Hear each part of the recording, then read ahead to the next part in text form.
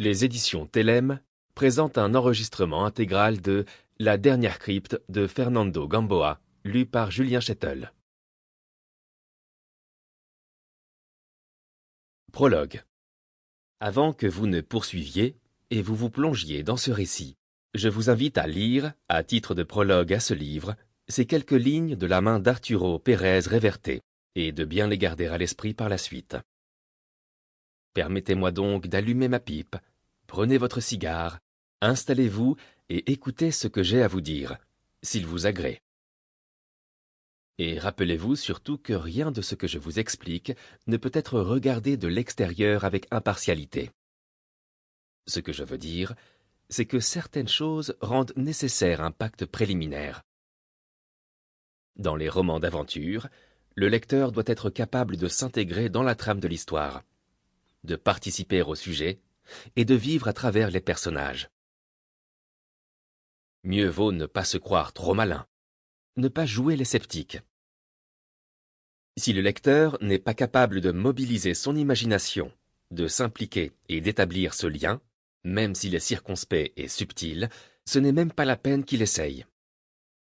Il faut aller au roman, et en particulier au roman d'aventure, comme les catholiques vont à la communion ou les joueurs au poker, en état de grâce et prêts à jouer selon les règles.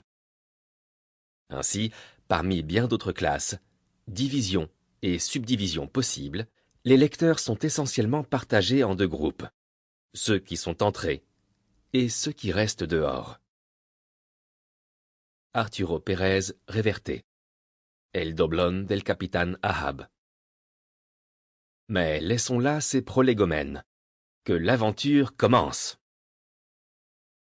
Je croyais que c'était l'aventure. Et en fait, c'était la vie. Joseph Conrad. La tempête. « Amenez la grand voile !» hurla une voix dominant le tumulte de la tempête.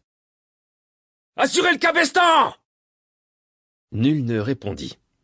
Mais plusieurs hommes, au mépris des lames gigantesques qui balayaient le pont, se lancèrent dans une dangereuse ascension dans le gréement, afin d'affaler les voiles avant que le vent, qui soufflait jusqu'à plus de 70 nœuds, ne les déchire, ou pire encore, ne détruise complètement l'unique mât du navire.